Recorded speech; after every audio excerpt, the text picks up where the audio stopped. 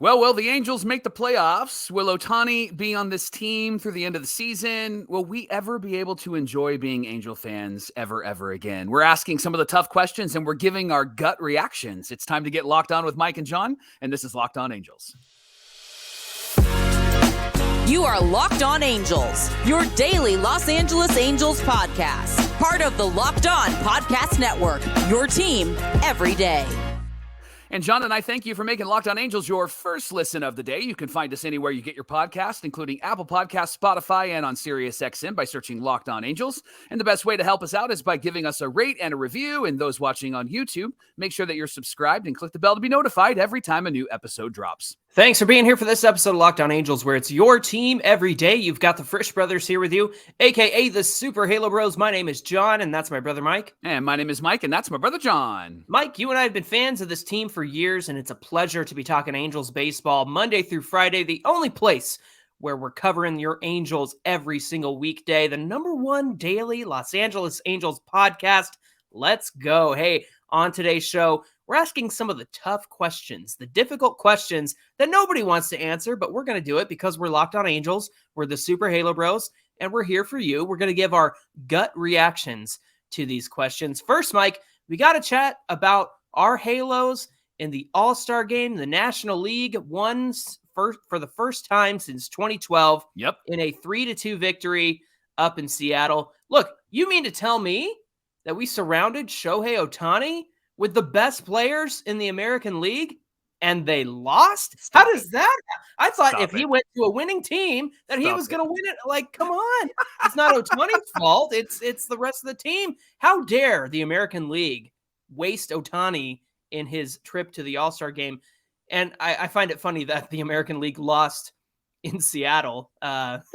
Just, of course they did. Of course they lost in Seattle. Right. Just take that clip and post that on social media and watch what happens. Oh, it'll be great. It'll be great. You know, I'm 1-0 in All-Star games, by the way. It sounds like they needed me to come up there to Seattle. Yeah, right.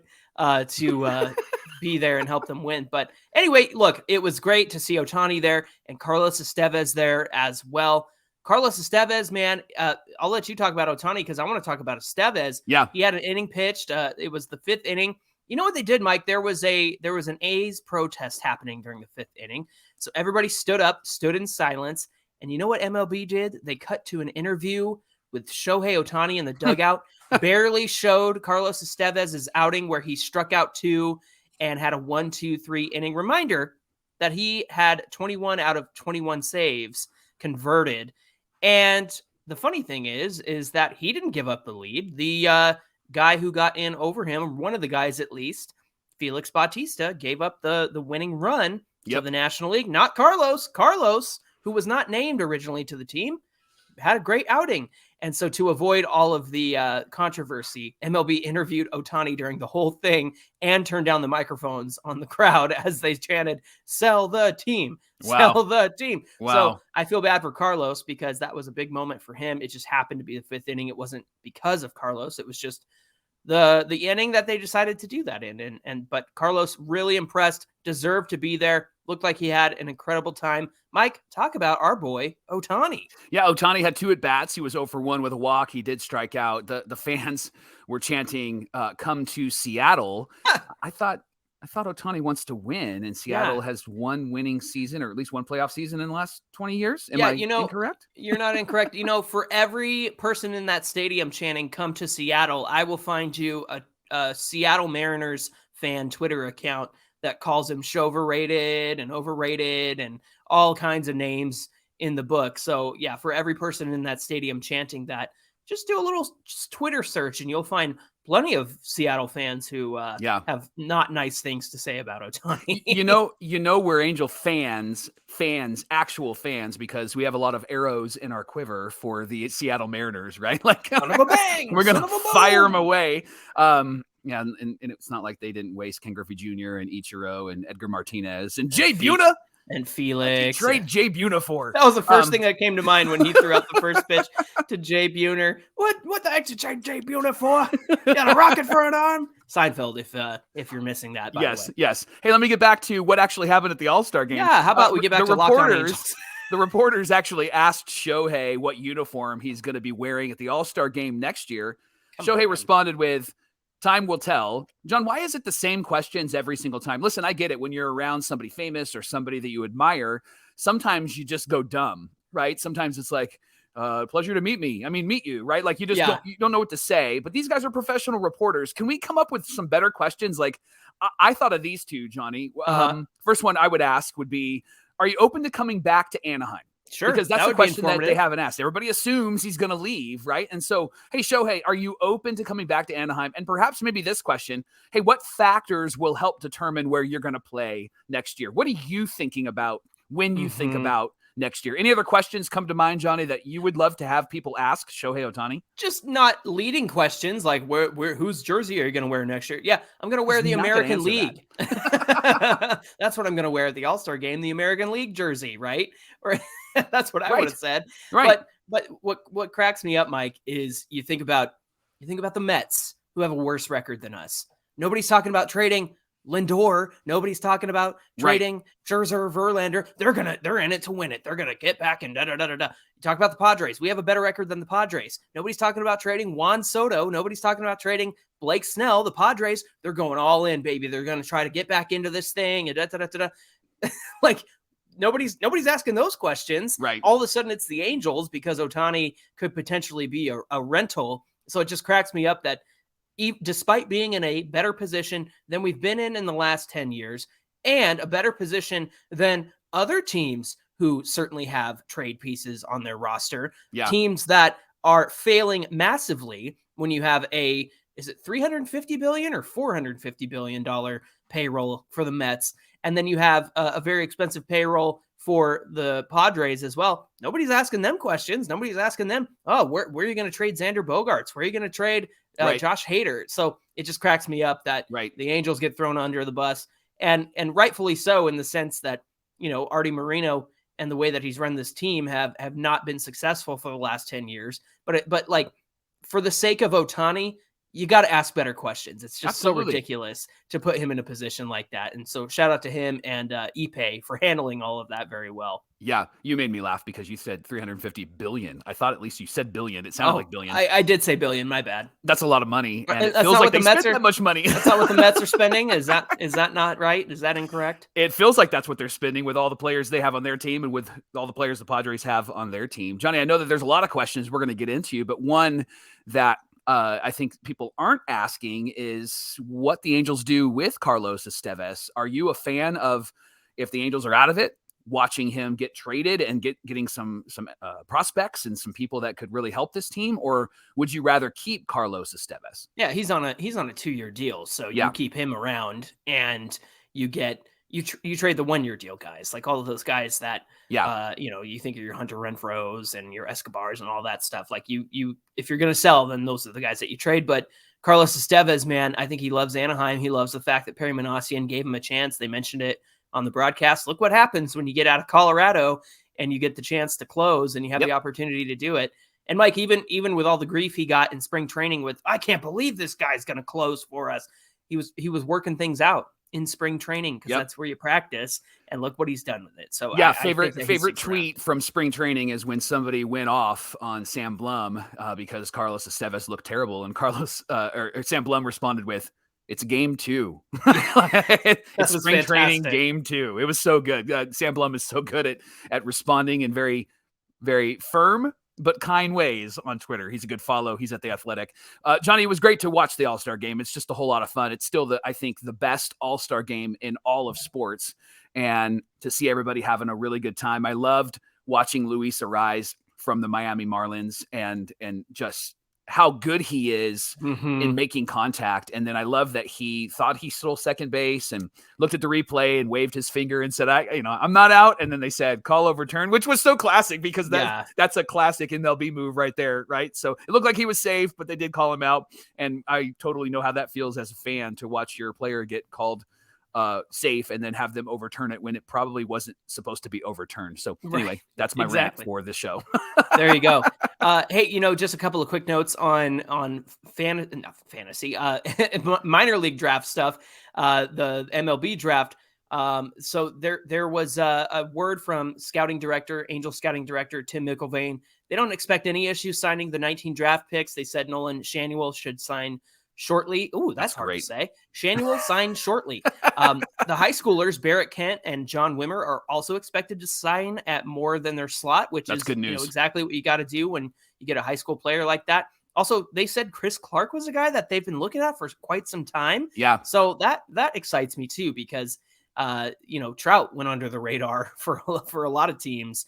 And so it was great that the Angels were able to identify some talent there. Hopefully this scouting department can do the same with Chris Clark. Hey, the Angels are back at it on Friday, 6:38 Pacific time against the Astros, who booed Kyle Tucker, by the way, in the All-Star game. He wasn't even part of the cheating team. Come on. Ohtani's going to start against the Astros. You can catch every pitch of the Angels hometown broadcast on SiriusXM with the SXM app. Just search Angels. Coming up on Locked On Angels, we're answering the tough questions, Halo fans. So stay tuned as we get into those questions coming up in just a minute. Johnny, the wife and I went to a social gathering, and I wore my Bird Dogs shorts. Can you believe that? Is that what you call them? Social gatherings? I just want to sound really cool. Bird Dogs is the sponsor of this episode, by the way. And Johnny, when I came out of the room, my wife said, "Hey, are you wearing your Bird Dog shorts?" And I said, "Why, yes, I am, Tiffany." And these Bird Dog shorts are comfortable and they're casual. I can wear them on the golf course, and I can wear them on a date, and I can wear them at a social gathering. And they have this cloud knit fabric that's so comfortable that I'm feeling really comfortable and looking really good. And they have this anti-stink in it as well, so that if it gets really, really hot, I'm not going to be really, really stinky. And that's a really good thing for you. Won't be sweating honey. it? Yeah, it's a good thing for you, honey. And so, of course, I did my whole spiel. And at the end of it, I said, "What do you think?" And she said, "Get in the car." That's what she said to me. So we have a great relationship. I would have said, "You don't golf." I don't golf. I don't want to hurt my hamate bone. I'm trying to protect that. So don't want to be out like Mike Trout. Listen, Bird Dogs is great. Super comfortable pants, super comfortable shorts. John and I got both pants and shorts from them, and I've been wearing mine. I know, Johnny, you've been wearing yours, and you can actually order your own Bird Dog pants and Bird Dog shorts at birddogs.com/LockedOnMLB. Pants and shorts are available there. When you go there, use our promo code LockedOnMLB, and Bird Dogs is going to throw in a free custom Bird Dogs Yeti-style tumbler. Let me grab mine. Yes, please. This is it if you're watching on the YouTube side. Super great. Has a little flip lid here. That's good for me because I'm a spiller. And so you won't spill on your computer like you did, what was that, like 2 months ago? You got to keep bringing up the past. Good grief. Listen, Bird Dogs is comfortable. Bird Dogs is great. You should get yourself a pair of pants and shorts from Bird Dogs. Once again, the website is birddogs.com/LockedOnMLB. Use our promo code LockedOnMLB. Go to birddogs.com/LockedOnMLB today. Thanks for making Locked On Angels your first listen of the day. Locked On Everydayers, join us for Fan Mail Friday. Obviously, we're going to be asking the hard questions here in just a minute, but we know that you have questions as well. So send in your questions at Locked On Angels on Twitter, at Super Halo Bros on Twitter and Instagram. Give us a call on our voicemail line. Let us hear the sounds of your voice, 714-409-6396. That number is in the episode description below. Hey, the Angels are back at it on Friday, for better, for worse, against the Astros, 6:38 Pacific time. It's a home game. You can catch every pitch of the Angels hometown broadcast with SiriusXM on the SXM app. Just search Angels. All right. In this segment and in our next segment, we are going to ask some really important questions, the questions that every Angel fan is thinking about, everybody's asking about. And John and I are going to do our best to give our gut reaction. So this is really hard as a fan. You know this, John, because as a fan, you want to say, they're going to go all the way and we're going to believe, right? Or you go completely in the opposite direction and you go, sell the team, and right? And yell into the atmosphere, the social media atmosphere. The ether. The ether, yeah. So we're going to try to actually give gut reactions, what we think will actually take place. And so this is going to be fun. So, Johnny, let me fire the first question at you. Here it is. Question number 1, will Ohtani be traded or will he finish the season as an Angel? He's not going to get traded, Mike. Artie Moreno's not going to let that happen. He's not going to be the guy who trades Ohtani. He's not going to be the guy who sends off a generational talent. Whether that's the right decision or not is a different question. Yep. I think that you definitely can get, maybe 2-3 top 10 prospects from somebody else and then hope you re-sign him in the offseason after you've loaded up. That's like the ideal situation. But Artie Moreno's not going to take away Shohei Ohtani like that. What else would the Angels come to the stadium for if not to see Shohei? I know that Mike Trout's coming back in a month, but that used to be the highlight. And now the highlight is Shohei Ohtani and watching him play.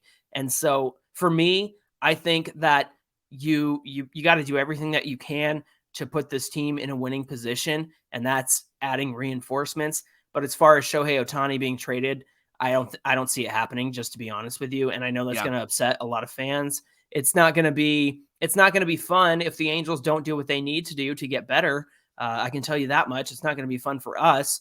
But at the same time, Artie Moreno looks at this as a business, and it just doesn't make any business sense. It doesn't make any financial sense to let Ohtani be traded at the deadline. That's just the way that it is. Yeah. There's a couple of quotes on the trade deadline from Ohtani this past couple of days at the All-Star break. He said, "I have no control over it being traded at the deadline, so I try not to think about it. I'm just focusing on the game that day," which I love. That's his response. On free agency, he said, "I'm focused on the season right now. I just want to do my best to get as many wins as possible." And then when he's asked about his future, I loved this quote. He said, "All those reports, probably most of them are lies. People are making stuff up. So don't think that you should believe everything that you read." He's talking about Dylan Hernandez at the LA Times. Exactly. No wonder they're shutting down the sports section at the LA Times. Johnny, I thought it was interesting to hear Derek Jeter's thoughts when asked this question over the All-Star break. He actually said, "What does trading Shohei Ohtani say to Mike Trout?" Which is a dynamic that I never actually really thought about, but that guy kind of does say, "Hey, you're waving the white flag," and it can be frustrating for Trout. I know that there's been conversations on, hey, maybe they should trade Trout as well. I don't think that that's going to happen. I think that they have their franchise guy. I think that he's their Ken Griffey, right? He's their Pete Rose. He's the guy that's going to be there, and he's going to stay there. I thought this was an interesting quote. It's from Twitter from a baseball writer. He said, in regards to trading Ohtani, the Braves gave up 10 players for Matt Olson and Sean Murphy. Each of those players are in some kind of combination of either hurt, they're bad in Major League Baseball, they're bad in minor league baseball, or they've been designated for assignment. Only guy that's actually doing somewhat well is Contreras, who went to Milwaukee, and he hasn't been as good as he was last year. So I thought that was an interesting dynamic when we think about like the trading of Shohei Ohtani. And didn't Christian Pache get DFA'd from the A's, and now he's with the Phillies, and he's playing like a decent center field every now and then behind Brandon Marsh. So I think he was one of the guys who came over. Hopefully I'm not incorrect there, but I'm pretty sure he was. I think Mike, people crack me up when they talk about like, well, Mike Trout, he's the one who signed this deal with the Angels. He knew that they weren't going to be doing anything. What in the world do you think signing Ohtani was? They got Ohtani because they wanted to put somebody around Mike Trout to help them get to the playoffs. And at the time, they had just gotten Justin Upton in 2017. They brought in Andrelton Simmons, who was a great shortstop for us. They still had Albert Pujols, who was still, decent. He wasn't the guy we saw in the last couple of years. And the only thing that was really missing from those teams was starting pitching. And we know that Artie didn't go out and get the starting pitchers because he's so averse to that. But then I think about like Anthony Rendon. Would you not take the World Series MVP coming off of that season to come and play for you? Of course you would. So Mike Trout trusted the front office to put a good team around him. And they were trying. They made some moves. But at the end of the day, it was starting pitching. They didn't have any of that.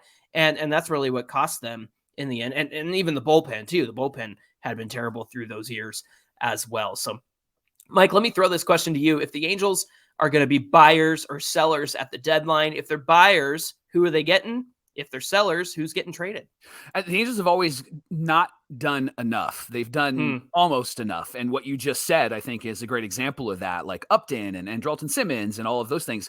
But there's always like maybe one or two guys that they needed to get that they don't get. And so what I think they need to do is they really need to solidify this pitching staff. And I think that they need at least one more, I would say 2 starters. And then I would say another reliever. I think Barlow from Kansas City would be a great guy for them to go and get.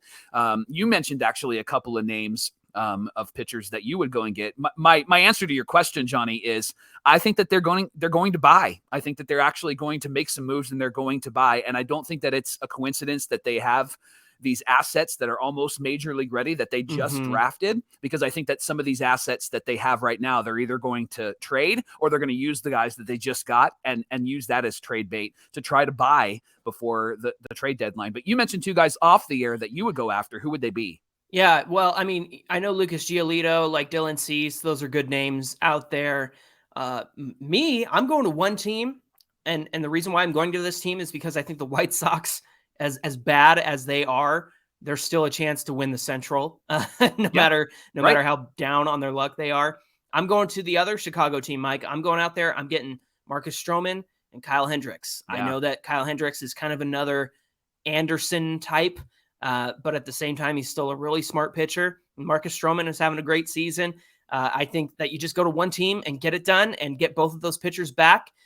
Stroman's expected numbers on his pitching make me nervous. He's really outperforming what he's should be doing at this time. However, according to StatCast, he's really avoiding getting barreled up and he's keeping the slugging percentage down as well. So for me, you go out and get those two pitchers and you shore up that rotation. You move somebody to the bullpen if you have to. I'm with you on relievers. I think Scott Barlow makes an interesting one. I think Carlos Hernandez is another one from Kansas City who I really like. Yep. I got to check in on him again because I know the last time I checked in on him was about a month ago. So I'd be interested to see where he is now. But I would just go and get it done with one team. Shore up your rotation. I know there's probably some position players that we could talk about as well. Maybe like a Heimer Candelario from the Nationals is another option.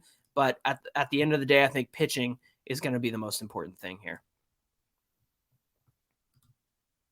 Locked On Angels is brought to you by BetterHelp. Johnny, tomorrow I'm actually starting a therapy session. So that's the first time that I've done that. You've been doing it for a while. What's one thing that you've learned from therapy in your world? I said this to my wife the other day that if I hadn't done the 2 years of therapy that I did before her and I met, we would have never met. She wouldn't wanted to meet me. She wouldn't wanted to get married to me. Yeah, you can say that again. I'm really grateful for the 2 years of therapy that I had. And I'm actually back in it as of like 2 months ago too. So really valuable, Mike. Yeah, absolutely. Therapy can give you the tools to find balance in your life and help you to keep supporting others and not leaving yourself behind. That's why we really love BetterHelp. BetterHelp.com/LockedOnMLB is a place where you can get started. They connect you with licensed therapists that can take you on a journey of self-discovery from wherever you are, learn coping skills. And it's not just for those that have been through trauma, although John, growing up in a home with three brothers, he had some brother trauma, right? We beat him up, mess with him a little bit, but you didn't talk about that in therapy, right? You talked about other things, right? I can't disclose that. Okay. Listen, if you're thinking about giving therapy a try, it's not something that you need to be afraid of. You actually can be excited about it. And BetterHelp is a great opportunity for you. It's entirely online, designed to be convenient, flexible, suited to your schedule. Just fill out a brief questionnaire to get matched with a licensed therapist. If you don't like the therapist, you can switch. No additional charge. So discover your potential with BetterHelp. Visit BetterHelp.com/LockedOnMLB today. Get 10% off your first month. That's BetterHelp, HELP.com/LockedOnMLB. Mike, we got a few more questions regarding the second half. I'm excited to hear your answer for this one.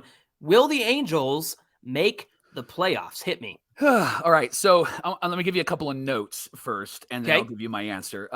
Last few times the Angels were around 500 at the All-Star break. Last time was 2021. They were 45-44. They finished 77-85. In 2019, shockingly, they were 45-46. So the same record that we have right now. They finished 72-90. John, they had a 5-game winning streak out of the break. Some other notes: 71 games remaining. 45 wins to get to 90. They would have to go 45-26 to get there. Here were the wild card teams last season. Blue Jays had 92 wins. Mariners had 90 wins. Rays had 86 wins. Johnny, my gut says, I think the Angels, with all these guys getting healthy, I think they're going to make a run. And if you can make the playoffs with 86 wins, then I think the Angels are in. If they get to 86 wins and other teams aren't around the 90 mark, and we're kind of like the Rays, then I think that they get in. And the reason why my gut says they get in is simply because all of these injuries, all of these issues are hopefully going to go away in the month of July and in August. And I think that we can make a run. So my gut says, yes, they'll make the playoffs. I don't think it'll be because they get 90 wins. I think that there's going to be maybe high 80s, and that will get them in. What do you think? Yeah, I'm with you. I mean, we've been talking about it all along where, oh man, the Angels need 45 more wins to get to 90. But Mike, the way I'm looking at it now is, hey, there's 71 games to go and you got to play all 162. I know we hit a skid coming into the All-Star break. The Rangers went 3-7 in their last 10 games coming into the All-Star break. So it's baseball and you have to play all 162 and there's 71 games left.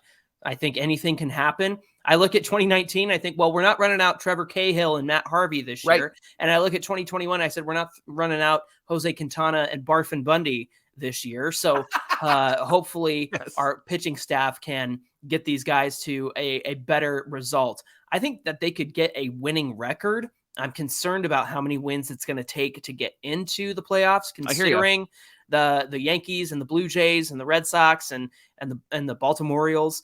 They're all in this right now, and I think the Angels are really going to have to step up if they want to make those playoffs. What's the best way forward for the Angels? Rebuilding, reloading?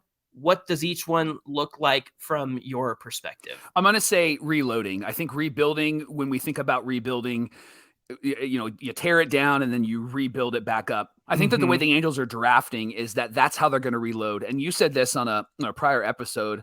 That's what the trash pandas are for. They're going to keep surrounding Trout and hopefully Ohtani with really great young players. And I think that we have the young players to be able to come up and make an immediate impact with like guys like Zach Neto and Bachman and Joyce. And they drafted Joyce's twin brother, which is awesome. And so I know. I think that bringing these guys up actually will matter to this team. And so to tear it all the way down and to have a few 100 losing seasons, I don't think the Angels will ever do. I don't think Artie will ever do.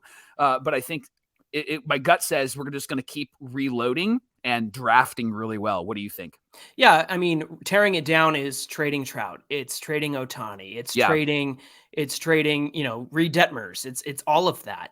And even finding a way to get somebody to take on Rendon's contract, which means that's probably a case where you would see some of those kinds of pitching prospects go to another team because you're trying to unload that contract and you have to really sweeten the pot with guys like Sam Bachman and Ben Joyce, right? So I'm with you. I don't think it's going to be an entire rebuild. I think it's a reload, kind of what the Mariners did. I hate giving Jerry Dipoto credit, but they really kind of danced around doing a full rebuild, and he probably had a stupid name for it, like a refresh or a revision. I'm pretty sure that's what he said. A renewal. Yeah, exactly. But I mean, honestly, they have a good mix of veteran players. I mean, I know Kyle Seager retired, but he was part of helping those veteran that team make an impact and getting those young guys ready to make an impact with the Mariners. So I think the Angels can go the same route. Whether that brings success in the immediate future remains to be seen. But all of the guys we're excited about, prospects: Logan O'Hoppe, Mickey Moniak, Zach Neto, Ben Joyce, Sam Bachman, you name it. Those are the guys that we're excited about. So if they continue to give those guys chances and surround them with good players, I think the Angels have a good future ahead of them. Hey, thanks for making Locked On Angels your first listen of the day. Remember, Angels play the Astros on Friday, 6:38 Pacific time. Catch every pitch of the Angels' hometown broadcast with SiriusXM on the SXM app. Just search Angels. Hey, give us a follow at Locked On Angels on Twitter and at Super Halo Bros on Twitter and Instagram. If you're on YouTube, comment below the video. We always do our best to get to your comments. There were some funny ones yesterday, actually. I had a good time. I had a good laugh. Hey, Mike, what do we have on deck for tomorrow's show? Why not let's just get the viewers and listeners ready for this Astro series. We're going to talk about what the Angels need to do and who's going to pitch, all that good stuff. That's tomorrow on Locked On Angels. Looking forward to that conversation. Hopefully that we can put some advice out there, and hopefully somebody from the Angels front office listens to Locked On Angels and goes, that's a really good idea. Mike and John have really good ideas. Let's bring them on board. That's what we really want. Yeah, we'll have a good conversation about that tomorrow. Until then, my name is John, and that's my brother Mike. And my name is Mike, and that's my brother John. Thanks for being here with us, and we'll see you back here tomorrow.